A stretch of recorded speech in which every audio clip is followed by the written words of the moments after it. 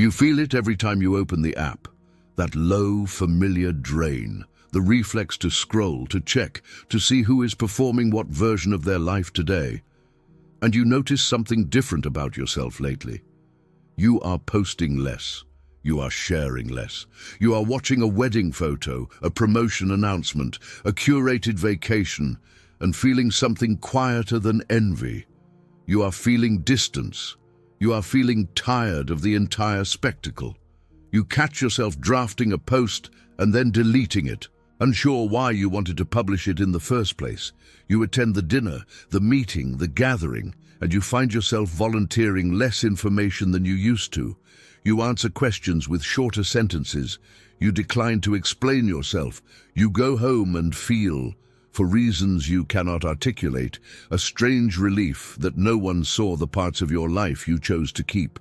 Society will tell you that you are falling behind, that you are becoming antisocial, that you are missing out, disconnecting, isolating, fading. But Machiavelli understood a law of human dynamics that the modern world has forgotten.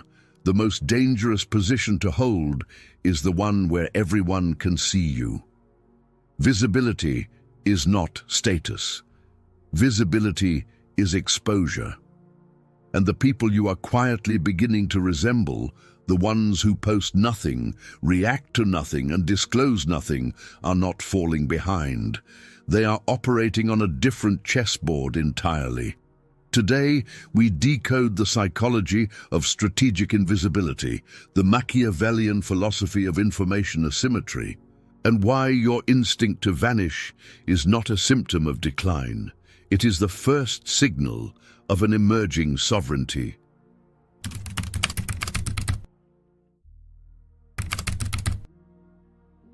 Read that line carefully, because the modern attention economy is built on exactly one premise, that you will keep volunteering yourself as the one who allows. Every post, every update, every overshared detail, every public reaction is a unit of data you are handing to a system, to a network, to acquaintances, to strangers, to algorithms, to people whose intentions you have never verified. You are not connecting, you are broadcasting. And in deep psychology, the mind that broadcasts everything is the mind that has unconsciously surrendered its most valuable asset, which is not its time, not its labor, not even its attention. It is its informational sovereignty, the data of your life, the architecture of your moves, the map of your vulnerabilities, the schedule of your hopes. The system needs you visible. The system needs you transparent. The system needs you reachable, predictable, and continuously narrating yourself. Because a person who narrates themselves can be modeled, and a person who can be modeled can be moved. So here is what this video will give you. Not another lecture about taking a break from social media, something far deeper. I am going to walk you through the precise Machiavellian philosophy of strategic invisibility, the Jungian psychology of why digital performance fractures the self, and the operational architecture of information asymmetry. You will understand why the peace you feel when you vanish is not avoidance but recognition, why your privacy is not a personality trait but a fortress, why your silence, deployed correctly, will carry more weight than the loudest presence in any room you ever enter again. And by the end, the unspoken question you have been carrying, why do I feel so much peace when I disappear from everyone's radar, will be replaced by a quieter, more powerful question. How do I make this invisibility permanent, structural, and weaponized in my favor? If these ideas resonate with you, hit that subscribe button for more top-tier content. Also, drop a "stay unseen" in the comments so I know you're ready. Let's dive in. Begin with the cost, because until you can feel the precise weight of what visibility has been taking from you, you will not commit to the discipline of disappearing. Every public utterance you make about your own life carries a hidden tax. Machiavelli would call it tribute. You are paying tribute to the audience in exchange for the temporary sensation of being witnessed. Consider what you actually surrender each time you post, announce, or overshare. You surrender the element of surprise. You surrender the ambiguity that makes others uncertain of your next move. You surrender the private knowledge of your wins, which loses half its strategic value the moment it becomes public. You surrender the private knowledge of your losses, which becomes ammunition in the hands of anyone who has ever resented you. You surrender your schedule, your relationships, your vulnerabilities, your aesthetic preferences, your political instincts, your emotional patterns. Each disclosure is a small puncture in the perimeter of your sovereignty. Individually, they feel like nothing. Collectively, they are why you wake up exhausted from a life in which you appear to be doing very little. Carl Jung described this phenomenon decades before the modern attention economy made it inescapable. He called it the persona, the social mask the psyche constructs to interface with the collective. The persona is necessary. The persona is not the problem. The problem is when the persona expands beyond its proper function and begins to consume the inner self that built it. When you spend hours curating a public version of your life, refining it, defending it, comparing it to the personas of others, you are not living. You are maintaining a costume, and Jung was very clear on what happens to a psyche that over-identifies with its persona. It hollows, it fractures, it begins to feel inauthentic to itself, because the gap between the broadcast self and the actual self widens to a chasm the mind cannot bridge. This is not introversion. This is what strategists call information asymmetry, deployed in reverse, against yourself. You consume the data of others while broadcasting your own, and the result is psychological bankruptcy disguised as connection. The relief you feel when you stop posting is not laziness. It is your psyche reclaiming the energy it was hemorrhaging into a costume no one was paying you to wear. The exhaustion was the tax. The relief is the refund. Now the architecture of advantage, because withdrawing is not the end state. Withdrawing is the entry condition for something far more powerful, and Machiavelli mapped it 500 years before there was a feed to scroll. Every game of strategy, in every era, in every domain, has been decided by one factor above all others. Who knows more about whom? The merchant who knew the price in the next city. The general who knew the terrain before the enemy did. The negotiator who knew the other party's deadline. The strategist who understood the opponent's psychology better than the opponent understood themselves. This is information asymmetry. The party with more information about the other party holds the leverage. Always, without exception. Now apply this law to your daily life. When you post your promotion, your move, your relationship, your aesthetic, your opinions, your routines, you are flattening the asymmetry in everyone else's favor. They now know your variables. You do not know theirs. They observe you. You do not observe them in equal measure. You have voluntarily entered a chessboard where your pieces are face up and theirs are face down. And then you wonder why interactions feel uneven, why certain people seem to anticipate your moves, why social and professional dynamics tilt in ways you cannot quite name. The answer is structural. You have been playing visible against an audience playing invisible. The strategist understands that this is not a game you lose by accident. It is a game you lose by design, because the system has trained you to confuse exposure with connection and visibility with worth. Strategic invisibility inverts this. You consume information. You provide almost none. You attend the gathering and ask questions rather than narrating yourself. You let others fill the silence with disclosure while you observe, file, and retain. You allow people to project their assumptions onto you, and you decline to correct them because every correction is a free piece of data. You become, in Machiavellian terms, the unread book in the room. Everyone else is open. You are closed. and closed books carry a gravity that open books never will. People begin to lean toward you not because you performed for them, but precisely because you did not. Curiosity is generated by what is withheld, never by what is offered. This is the foundational law of information asymmetry, and the moment you internalize it, every interaction in your life reorganizes around your favor. Here is the part the attention economy will never tell you. When you vanish, something specific happens in the minds of the people who used to consume your broadcast. You force them to face themselves. For as long as you were posting, reacting, performing, and disclosing, you were providing a service to your audience that they did not realize they were receiving. You were occupying their attention. You were giving them something to compare themselves to, react to, judge, support, envy, or dismiss. You were, in psychological terms, absorbing their projections. You were the screen onto which they cast their own unprocessed material. The moment you withdraw, the screen disappears, and the projection has nowhere to land. It returns to the sender.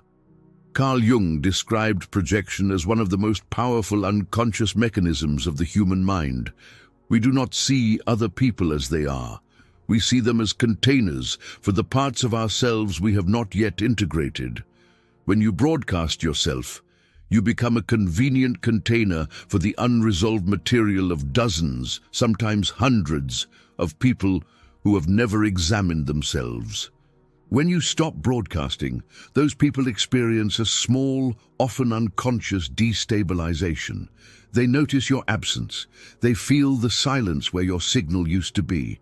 And in that silence, they are forced to sit with their own thoughts, their own comparisons, their own emptiness. Your silence becomes a mirror for their insecurities, and most of them will not enjoy what the mirror shows them. Some will reach out, suddenly curious, suddenly attentive in ways they were not when you were performing. Some will resent you without knowing why. Some will speculate. None of this is your concern. Your concern is that you have finally stopped paying the energetic cost of being everyone else's container. The mirror effect is not a strategy you deploy. It is a consequence you allow. And here is the deeper Machiavellian principle hidden inside this dynamic. Power has never come from being understood. Power has always come from being slightly unreadable. The moment people can fully read you, they can fully price you. The moment they cannot read you, your value in their psyche inflates. Because the human mind cannot tolerate ambiguity about a person who matters to it. It will fill the gap with imagination, and imagination almost always inflates the subject upward. The unread book becomes the important book. The unseen person becomes the powerful person. The unexplained move becomes the masterful move. Strategic invisibility is not the absence of presence. It is the presence of mystery, which is a heavier and more durable form of presence than any broadcast can produce. Now, the operational architecture, because awareness without application is just another form of the exhaustion you are trying to escape. Here is how strategic invisibility is actually built in concrete, repeatable practice. First, the practice of selective disclosure. Not everyone in your life is entitled to the same depth of you. You will operate in tiers. The outermost tier of acquaintances, colleagues, and strangers receives almost nothing. Surface pleasantries, professional facts, weather-grade conversation. The middle tier of friends and extended family receives slightly more, but never the strategic core. The inner tier, which will be very small, sometimes only one or two people, sometimes none, receives the unedited self. Most people will live in the outermost tier and never know it, because the outermost tier of a sovereign mind is still more interesting than the inner tier of most others. This is not coldness, this is information control. The Machiavellian philosophy is unambiguous on this point. You do not protect what is unimportant. The fact that you are protecting your information is itself the proof that your information has value. Second, the practice of the unannounced life. The promotion happens. You do not announce it. The relationship deepens. You do not announce it. The move, the trip, the project, the loss, the win, the transformation. You do not announce any of it. You let people discover slowly, in fragments from a distance, the outlines of a life that has clearly been moving without their input. The effect on your social field is profound. People begin to sense that you have a life they cannot map, and they begin to treat you with the quality of attention reserved for people whose interior cannot be assumed. You have become opaque, and opacity is the foundation of all earned authority. Third, the practice of conversational restraint. When you speak with others, you ask before you tell. You listen before you reveal. You allow long pauses. You answer the question that was asked, not the question you wish had been asked. You decline to fill silence with self-narration. You let others spend their informational currency while you keep yours in reserve. Within months of consistent conversational restraint, you will notice something specific. People will tell you things they have never told anyone, and they will not remember telling you a single thing about yourself. You will leave every conversation with more data than you brought into it. This is the day-to-day mechanics of information asymmetry, executed in real time, invisible to everyone but you. Fourth, the practice of non-reaction in the digital field. When something provocative crosses your feed, you do not react. When someone subtweets, hints, or baits, you do not respond. When the algorithm tries to drag you back into the performance economy with a notification, a trend, a controversy, you do not participate. Every act of digital non-reaction strengthens the perimeter. Every public reaction weakens it, because every reaction is a free disclosure of where your buttons are. The sovereign observer has no visible buttons, not because they have no feelings, but because their feelings are private property, not public infrastructure. Fifth, the practice of the deleted footprint. Slowly, without announcement, you reduce your digital trail. You archive old posts. You remove unnecessary public information. You tighten privacy settings. You unfollow accounts that pull you into performance comparison. You curate not what you show, but what is showable. The goal is not to disappear completely. The goal is to control, with precision, exactly what version of your information lives in the public domain, and to ensure that the version is thin, deliberate, and strategically chosen. You are not hiding. You are editing. You are the author of your own informational presence rather than its accidental leaker. Selective disclosure, the unannounced life, conversational restraint, digital non-reaction, the deleted footprint, 5 practices, each one a brick. Together they build a perimeter that no algorithm, no acquaintance, and no opportunistic observer can penetrate without your explicit permission. Inside that perimeter, your mind finally has the silence it needs to think strategically rather than reactively.